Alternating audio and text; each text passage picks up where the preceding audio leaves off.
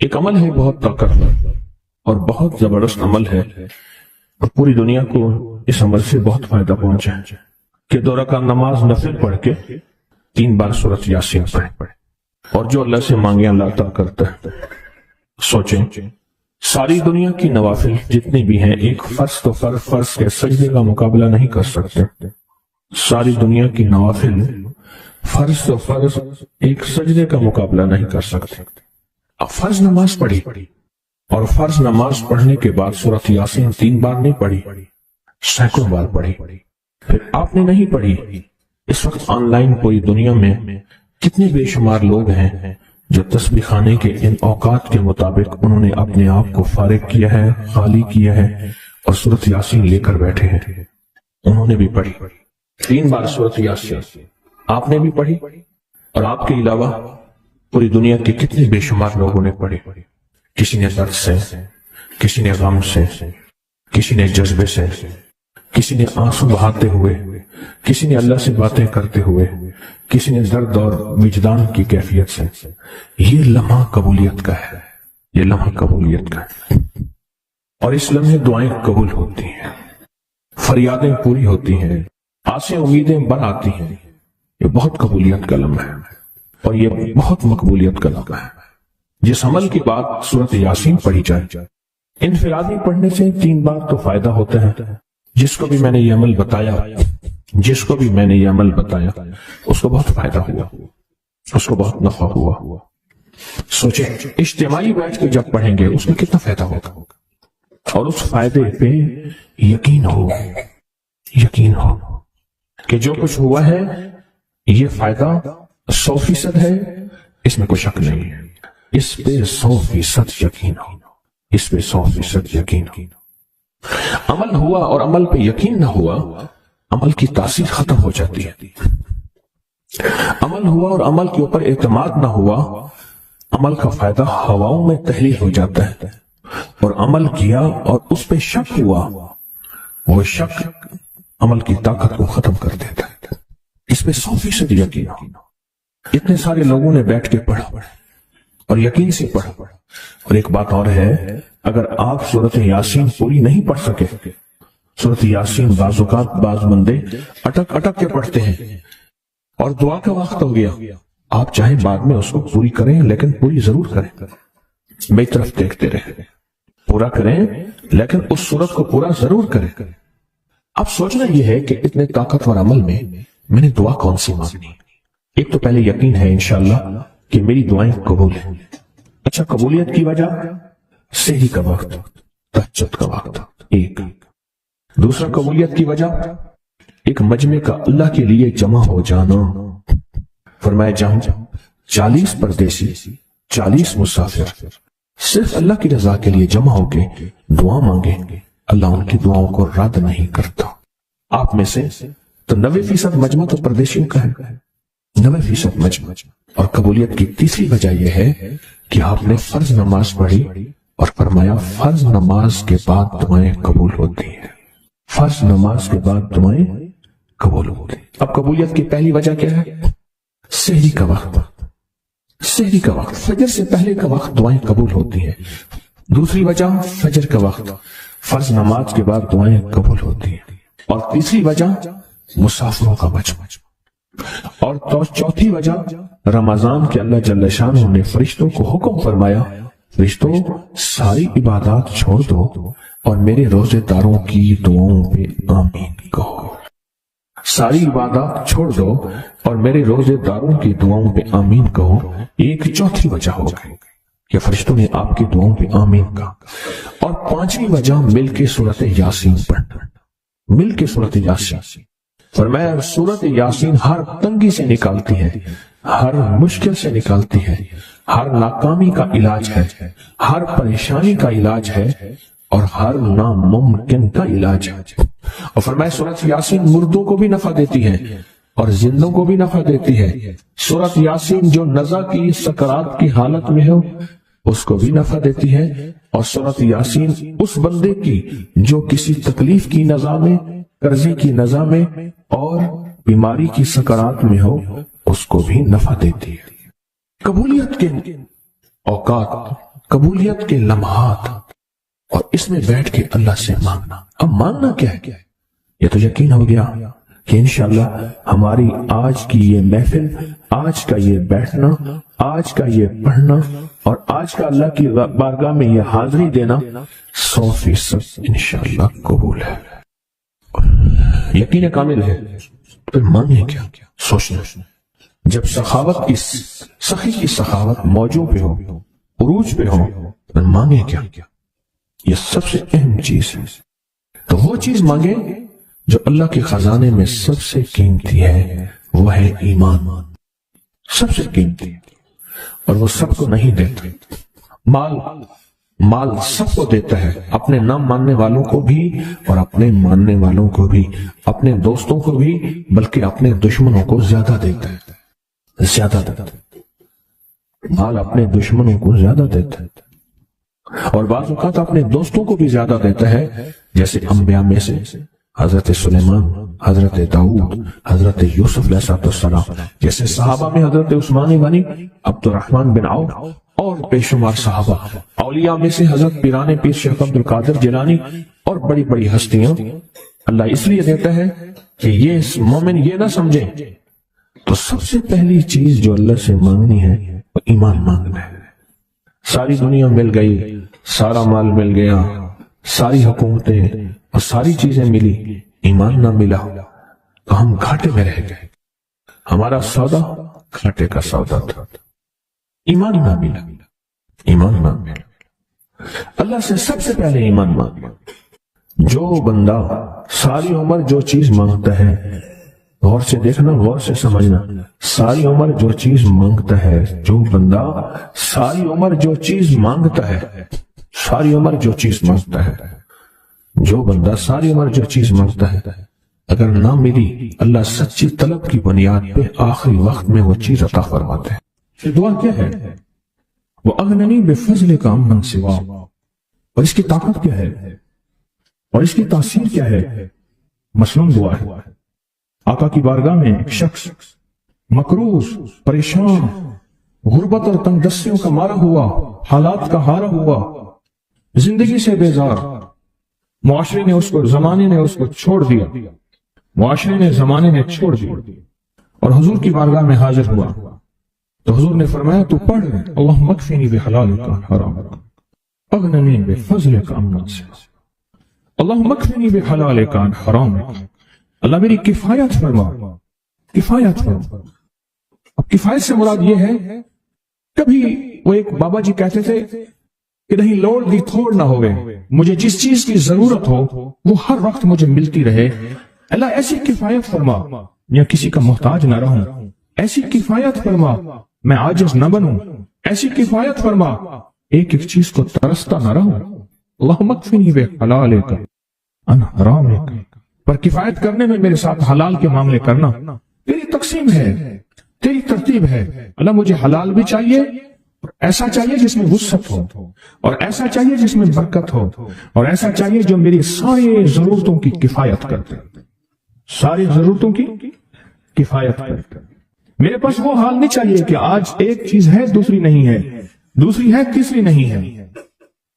ایک صاحب کے پاس ایجنسی تھی، کہنے لگے ایک دفعہ میاں بیوی ہم روٹی کھا رہے تھے، ایک ٹھنڈا سانس نکلا بیوی کا. میں نے کہا کیا ہوا؟ کہنے لگے کہ جب میدا ٹھیک تھا تو کھانا نہیں تھا، اب بیماریاں، روگ لگ گئے ہیں، کھانے لاجواب ہیں. اس وقت غربت تھی، تنگ دستی تھی، دل چاہتا تھا کھانے کو، طبیعت چاہتی تھی راحت کو، اب وہ نہیں ہے. اور جب سے یہ دعا پڑی ہے پھر رب نے وسعت کے دروازے کھولے. اس نے ایک وہ ایجنسی لی تھی جو کوئی نہیں لیتا تھا. بالکل کوئی ایسا ادارہ تھا جس کا سارا نظام ختم ہو چکا تھا. وہ ایجنسی لی جو کوئی نہیں لیتا تھا. اس نے لے لی، سستی ملتی تھی، لیکن اس کے ساتھ قدرت کی طاقت تھی، قدرت کی قوت تھی، اللہ کا نظام اس کے ساتھ تھا، اللہ کا نظام اس کے ساتھ تھا. اللہم اکفنی بحلالک عن حرامک. میں اللہ مجھ سے تجھ سے وہ رزق نہیں مانگتا جو میرا اور میری نسلوں کی کفایت نہ کرے. اللہ وہ رزق مانگتا ہوں جو کفایت کرے، پر حلال مانگتا ہوں، طیب مانگتا ہوں، طاہر مانگتا ہوں، مطہر مانگتا ہوں. حرام نہیں مانگتا. حرام جتنا زیادہ ہو جائے ایک وقت آئے گا ختم ہو جائے گا. حرام جتنا پہاڑ بن جائے ایک وقت آئے گا اللہ اس کو ختم کر کے دکھائے گا. میں نے ایک جگہ حضرت عبداللہ بن مسعود رضی اللہ تعالیٰ کا فرمان پڑھا, وہ بس ایک دفعہ پڑھا, مجھے نہ بھولا. پھر فرمایا سود کا انجام تنگ اور فقر ہے. اور ایک اور صحابی کا قول ہے, اور یہی قول حضرت امام جعفر صادق کا ہے کہ حرام کا انجام فقر اور قلت ہے. اللہ مجھے حرام نہیں چاہیے. اور پھر اللہ کہتا ہے اچھا چلو ٹھیک ہے تیری کفایت کر دے. تو پھر اللہ سے ایک بات اور بھی مانگتے ہیں, آگے ذرا سنیں. وَأَغْنَنِي بِفَضْلِكَ, مولا مجھے غنی کر دے, مجھے پتا ہے تیرے فضل سے کوئی غنی ہوگا, محنت کر کے غنی کوئی نہیں ہوگا. کیا کمال دعا ہے. وَأَغْنَنِي بِفَضْلِكَ, اغننی, مجھے تیرے فضل سے غنی ہونا ہے. میں جا رہا تھا, سیڑھی رکھی ہوئی تھی لمبی بڑی اونچی, اور سر پہ گارے کا تھال تھا اور ایک بندہ چڑھ رہا تھا. میں نے دیکھا میرا کلاس فیلو ہے. وہ اس وقت تک قدم اتنے چڑھ چکا تھا کہ چھت پہ گارا دینے گیا. آگے ایک اور مزدور کھڑا تھا, اس نے چھت کی لپائی ہو رہی تھی بھوسے والے گارے سے. تو جب وہ نیچے اترا تو میں نے اس کو آواز دی, اس نے پہچان لیا. میں نے اس کے والد کو مزدوری کرتے دیکھا تھا اور اس کو سنا تھا کہ اس کا دادا بھی مزدوری کر رہا اور وہ آج بھی مزدوری کر رہا. وَأَغْنَنِي, اللہ مجھے غنی کر دے, بِفَضْلِكَ, ہوگا تیرے فضل سے. محنت شرط ہے, یہ لفظ ہمیشہ یاد بھی رکھیں, غور بھی سنیں. محنت شرط ہے پر محنت پہ فیصلے شرط نہیں ہے کہ محنت فیصلے جو ہیں وہ محنت پہ ہو جائیں. نا ہاں, محنت شرط ہے, محنت پہ فیصلے شرط نہیں ہے. کتنے ساری عمر محنت کرتے ساری عمر محنت کرتے بندے ختم ہو گئے.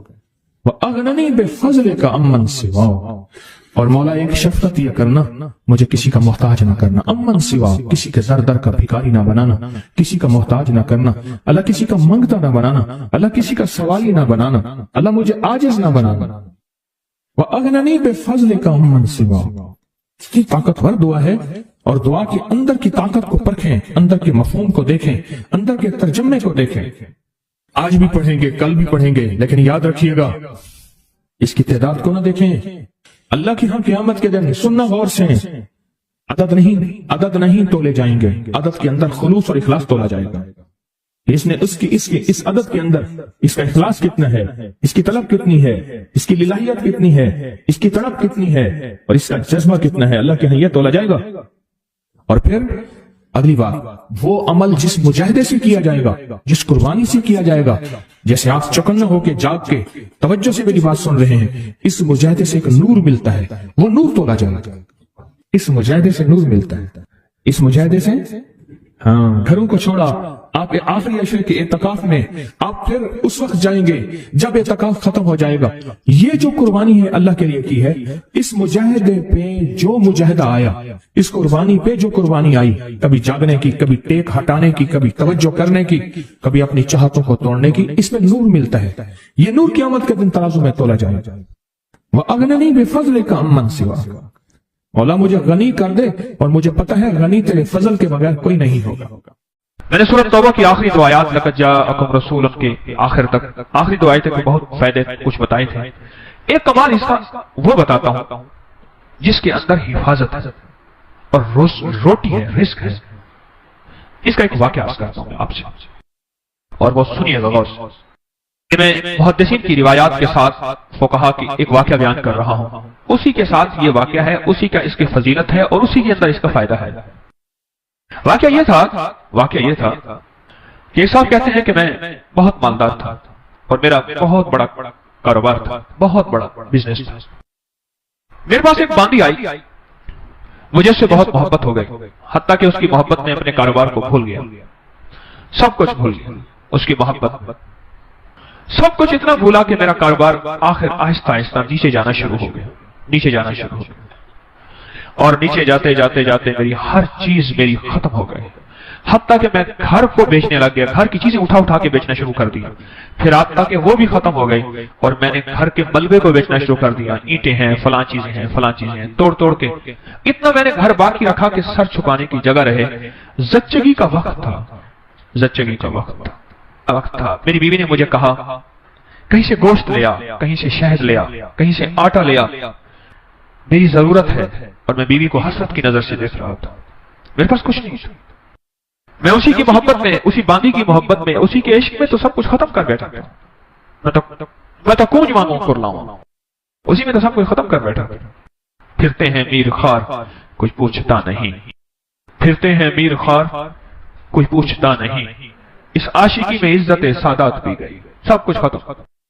پتہ نہیں میرے دل میں کیا ہے، میں گھر سے نکلا اور نکلا گھر سے، اور میرے اندر ایک کیفیت آئی کہ اب اس گھر میں اس وقت تک منہ نہیں کروں گا جب تک کہ میں اپنی بیوی کے لیے کچھ کر نہیں سکوں، بس میرے اندر یہ کیفیت آئی اور میں گھر سے نکلا، اور نکلتے میری کوئی منزل نہیں تھی، ایک شہر میں گیا، اس سے اگلے شہر میں گیا، اس سے اگلے شہر میں گیا، اس سے اگلے شہر میں، مہینوں کا سفر کر کے ایک جگہ گیا، ایک جگہ جا کے میں نے مزدوری کرنا شروع کر دی، کہا کہ میں ایک مالک کے گھر گیا، اس کا گارا اٹھانا تھا، اینٹیں بنانی تھی، گارے سے اینٹیں بنانی تھی، اس کے گھر کا کام کرنا تھا، وہ تھا کوئی درویش، ایسے دیکھ کے مجھے کہنے لگا بیوی کو گوشت شہد آٹا تو دے آتا، ایسے چھوڑ کے آ گیا، اچھا تیرا اللہ پاک تیری حفاظت کرے گا، تو ایسا کر تو لگت جا حکم پڑھتا رہنا، تیری کام بن جائے۔